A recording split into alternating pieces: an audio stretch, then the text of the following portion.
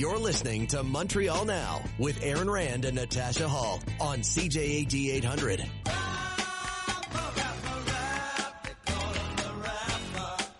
That's his theme music. James Mennie of the Montreal Gazette joins us now. Hey, Jim, how you doing?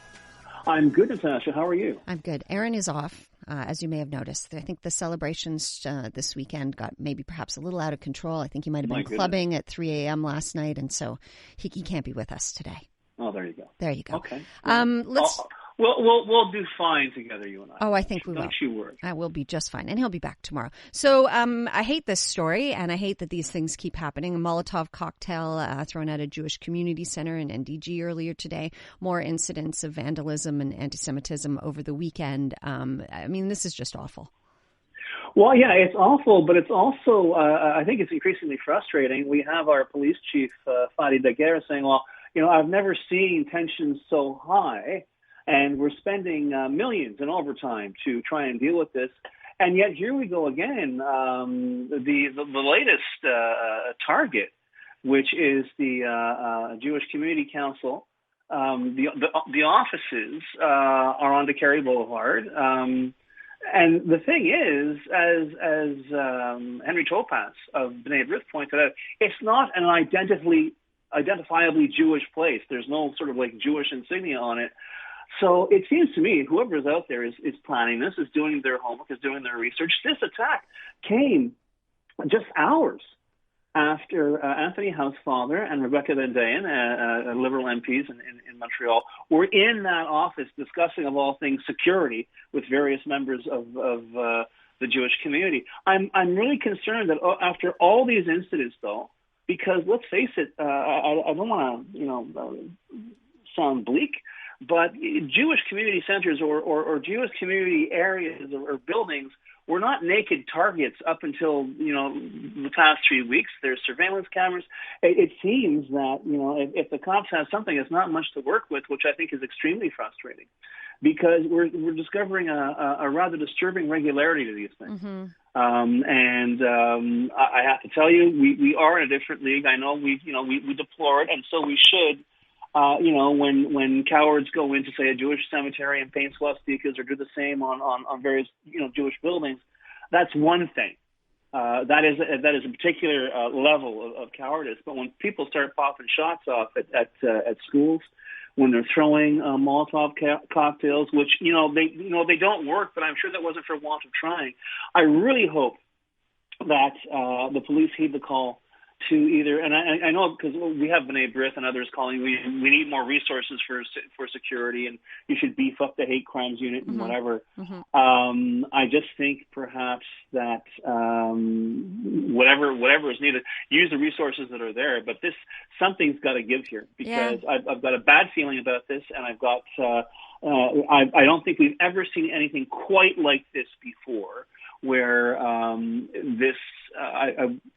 how can I put it? I won't go so far as to say a campaign, but certainly a very, very growing series of incidents against the Jewish community since the terrorist attack by Hamas on October 7th. It really is concerning. Yeah, and it seems like I was going to say all talk or a lot of talk, but it's not even enough talk. But nonetheless, all talk, no real action, especially when it comes to our own anti-racism commissioner, who's still largely MIA.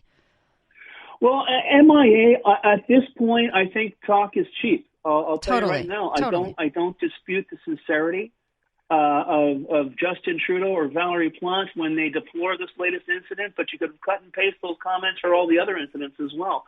I think a lot of people in the Jewish community, and I'm sorry, I don't want to focus on that. I think a lot of Montrealers want to get these crimes solved. I think a lot of Montrealers want to see some kind of arrest, some kind of conclusion to this, because on the one hand, and of course that's the irony. That's what makes it so easy to get away with in the short term, is that these things are small scale. They're not very elaborate, but clearly there is some planning being involved.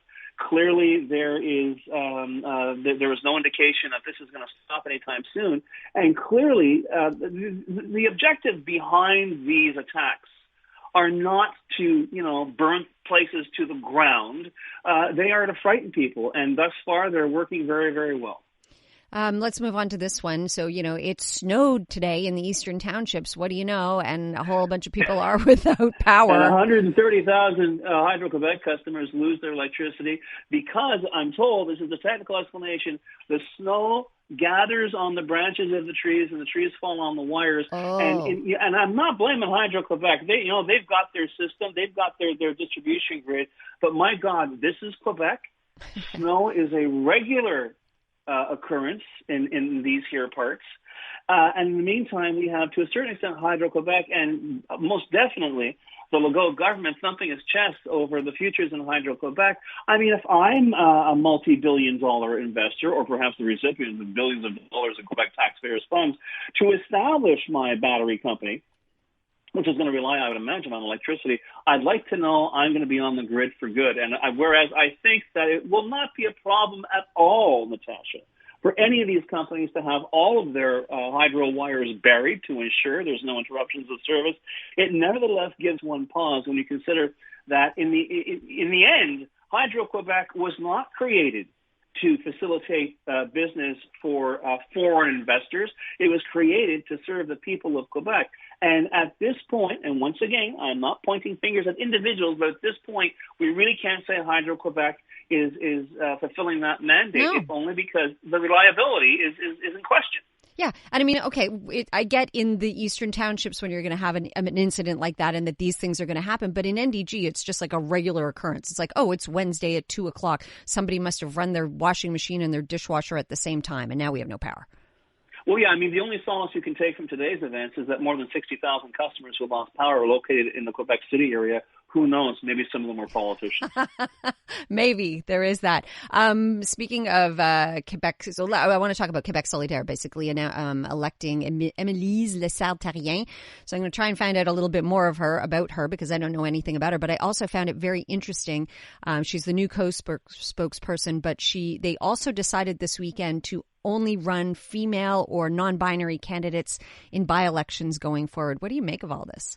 Well, I mean, that was on the agenda, and that doesn't come as a surprise. But when you say that, Ms. Lessard was elected, I think the words "barely elected" are far more accurate. She beat Ruba Gazal, her closest opponent, by 0.06% of the vote. I have a sneaking suspicion this is not going to unify the party, and I'm seeing so many similarities now with a divided Liberal Party, with a Liberal Party that can't break out of the West Island, and here's a Quebec Solidaire that can't break out of urban centres, and they desperately need to, which I think contributed in part to Ms. Lessard's victory because she does come from the regions. But man, oh man, talk about running the sweepstakes of going nowhere fast between the Liberals and Quebec Solidaire. They have got to find some way to achieve escape velocity if they're ever going to beat the CAQ. And right now, it doesn't look like they're anywhere near to that. No, and that's the frustrating thing, isn't it? We just, no matter how frustrated people are with the CAQ in this moment, if there's not a viable option, we're just headed down the same road again. Well, exactly. I mean, this has been the profit of the CAQ from day one, is that the opposition is almost, geometrically divided three ways. And, we'll see. We'll see what the next poll suggests with the Parti Québécois. That might shake some people awake. Mm-hmm. But for the time being, I remember how at one point Quebec Solidaire had been perceived as this great hope in terms of the opposition. Yeah. And now you hear themselves talking about plateauing. You hear themselves talking about, not being able to expand beyond their base. This doesn't bode well because the fact is the CAQ doesn't really expand beyond its base. The problem is its base is very, very reliable, which is about 35%. And then come the election campaigns, if they get an extra 10, that's icing on the cake and another big fat stupid majority.